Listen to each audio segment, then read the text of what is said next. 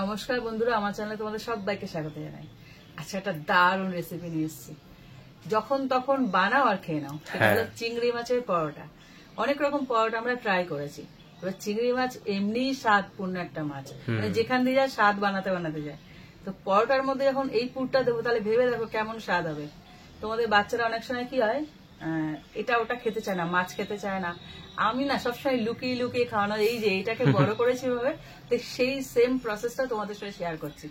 যখনই গাজর মানে বিভিন্ন রকম সবজি বলো মাছ বলো খেতে যাবে না, এইভাবে লুকিয়ে লুকিয়ে খাইয়ে দেবে, কিন্তু টেস্টি, এদিকে খরচ কম। তো চলো শুরু করা যায়। দেখো এখানে একটা মিক্সি জার নিয়ে নিয়েছি, এর মধ্যে দিয়ে দিচ্ছি কাঁচা লঙ্কা কুচি। এগুলো কুচি করে নিয়েছি কেন বলতো, চিংড়ি মাছের সময় ঘুরতে সুবিধা হবে, না হলে না এরকম মানে নাও হতে পারে, ছোট ছোট থেকে যেতে পারে, তার জন্য এখানে নিচ্ছি 3খানা কাঁচা লঙ্কা কুচি, নিয়ে নিচ্ছি রসুন কুচি, এখানে নিচ্ছি পেঁয়াজ কুচি, একটা মিডিয়াম সাইজের পেঁয়াজ আমি কুচি করে নিয়েছি। আর আজকের মেন যে নায়ক সে হলো চিংড়ি মাছ। দেখো এখানে প্রায় 200 গ্রাম চিংড়ি মাছ নিয়ে নিয়েছি, এটাকেও পেস্ট করে নেবো সব একসাথে। আর এক টুকরো আদা, এটাকেও গ্রেট করে দিচ্ছি, কিছুই বড় বড় টুকরো দিচ্ছি না। ভাবছি উল্টো দিকে করছি না, আমিও পারি। এবার একসাথে এটাকে ব্লেন্ড করে নেব। এই দেখো চিংড়ি মাছের পেস্টটা তৈরি করে নিয়েছি, এবার এটাকে একটা বাটির মধ্যে নিয়ে নেব। পুরো একদম ছাতু হয়ে যাচ্ছে, পুরো রাবার মনে হচ্ছে। এই একটা মাছ দেখতে ছোট, খুব সুস্বাদু, যেখান দিয়ে যায় এত স্বাদ হয়। তো এটাকে সমস্তটা নিয়ে নিলাম। এবার এর মধ্যে একে একে সমস্ত মশলাগুলো দিয়ে দেবো। প্রথমে দিয়ে দেবো লবণ, দিচ্ছি গরম মশলা, এটাকে টেস্টি বানাতে হবে, তো মেন পুর তো এটাই। দিচ্ছি ভাজা জিরের গুঁড়ো, একটু চিলি ফ্লেক্স, আর একটু গোলমরিচ গুঁড়ো। এবার এটাকে ভালো করে মেশাতে হবে আগে। আরো একটা জিনিস দেব, বলো তো? যাবে যাবে। এই যে ধনে পাতা, ধনিয়া পাতা জলের মধ্যে ভিজিয়ে রেখেছি।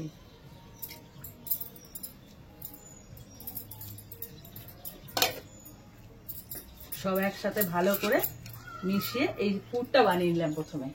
তারপরে এবারে যাবো আস্তে আস্তে গুটি গুটি পায়ে আটা মাখতে। কারণ পরোটার যে ডোটা ওটা তো বানাতে হবে। কিসের মধ্যে পুর ভরবো? চিংড়ি মাছের পুর তো বানানো হয়ে গেছে।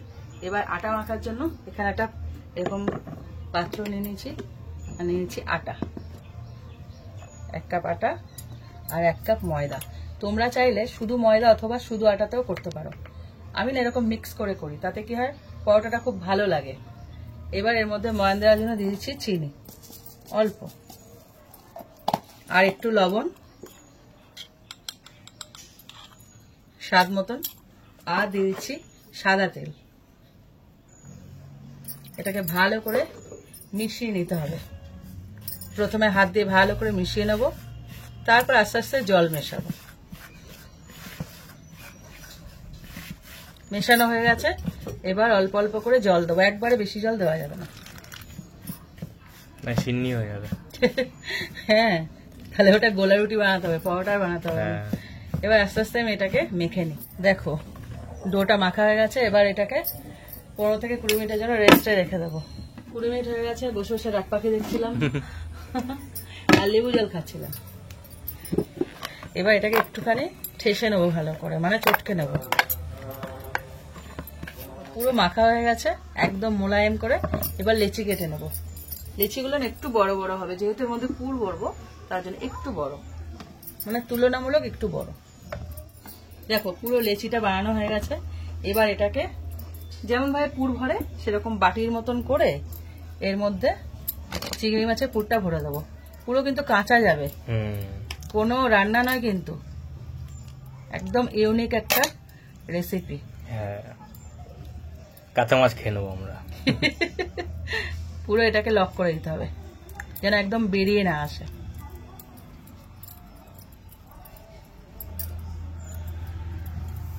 তো সব কটা আমি পুর ভরে নিয়েছি, এবার এক এক করে এগুলোকে তৈরি করব।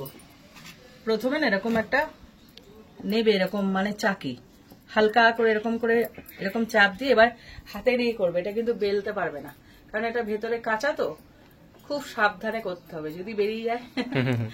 খুব সুন্দরই দেখো, বলতে না বলতে, কারণ এটা ভেতরে তো কাঁচা দিয়েছি, তার জন্য বেরোলে কোনো অসুবিধা হবে না। তবে আস্তে আস্তে হাত দিয়ে এরকম করে চেপে চেপে পরোটার আকার দেবে। খুব বড় যে পরোটা করতে হবে তা না, মিনি পরোটা হয় না, ওরকম মিনি পরোটা বানিয়ে নেবে, কিন্তু অসম্ভব স্বাদ। যেহেতু চিংড়ি মাছ, এ দেখো এরকম নরম ডো, তো এরকম করে করে করে এরকম চাপ দিলেই দেখবে আস্তে আস্তে এটা পরোটার আকার নিয়ে নিচ্ছে। কিন্তু তো পরোটার মতো অত বড় হবে না। এই যে হয়ে গেল, আমার উনুন ধরানো হয়ে গেছে, একটা তাওয়া বসিয়ে দিচ্ছি। বসানোর সাথে ধোয়া হয় কেন কি জানে, এত সুন্দর জ্বলছে। এটা তো ব্যাপার, রানিং আগুনে ধোয়া।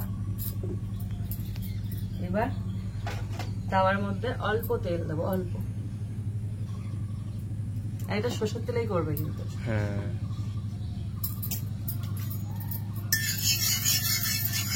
তেলটাকে এরকম ছড়িয়ে ছড়িয়ে পুরো গরম করে নেবে। এইবার একটা একটা করে মিনি পরোটা এইভাবে দিয়ে দেবো, এক একবারে দুটো বা তিনটে, যে কটা তোমাদের যদি বড় তাওয়া থাকে তাহলে তিনটেও ধরে যাবে, আমি দুটো দিচ্ছি। এবার এপিট ওপিট করে আস্তে আস্তে সেঁকে নিতে হবে, মানে ভেজে নিতে হবে। সেটা তেলে করছি, সেঁকে নিতে হবে না, ভেজে নিতে হবে। দারুণ না? দেখো বললাম না, উল্টে পাল্টে একদম লাল করে ভেজে নিতে হবে। একদম কড়া করে ভাজতে হবে, মানে এপিট ওপিট ভালো করে। প্রথম কথা হাতে তৈরি তো একটু মোটা ধরনের, আর ভেতরে পুরটা আছে, তার জন্য দুপিট এরকম করে আস্তে করে লাল লাল করে ভেজে নিতে হবে। ধৈর্য ধরে করতে হবে কিন্তু রাস্তা, যেন কাঁচা না থাকে। কি দারুণ না? এরকম পেলে কে খাবে না বলো? চেপে চেপে করবে, দুপিট এরকম লালচে হয়ে যাবে। দেখো এটা রেডি হয়ে গেছে পরোটাটা, মানে মিনি পরোটা। শুরু থেকে আমি মিনি পরোটাটা উল্লেখ করিনি, পরোটা নাম দিয়েছি। এটা তো পরোটাই, বলো, একটু সাইজে ছোট বলে কেউ পরোটা নয়। এবার এটাকে তুলে নিলাম। তোমরা এইভাবে চিংড়ি মাছের পরোটাটা ট্রাই করো, মানে মিনি পরোটা আর কি। ট্রাই করে বাচ্চাদের দিয়ে নিজেরাও খেয়ে দেখো, কত সুন্দর স্বাদের। কেন বলতো, ওই ছোট যে চিংড়িগুলো হয় না, ওইগুলো পেস্ট করলেই হবে, মানে চিংড়ি মাছ হওয়ারই কথা। তবে গুঁড়ো চিংড়ি এলো না, যেটা আমরা বড়া খাই, একটু বড় হয় না, এই সাইজটা আনলেই হবে, যেটা আমি করেছি। করে খেয়ে কমেন্ট করো কি স্বাদের একটা দারুণ একটা পরোটা শেয়ার করলাম। শেয়ার করো, ভালো লাগলে লাইক দিও, আর এরকম আরো রেসিপি হতে, এরকম সুন্দর সুন্দর রেসিপি, তো আমার চ্যানেলটা সাবস্ক্রাইব করে দাও। তো আজকের মতন টাটা।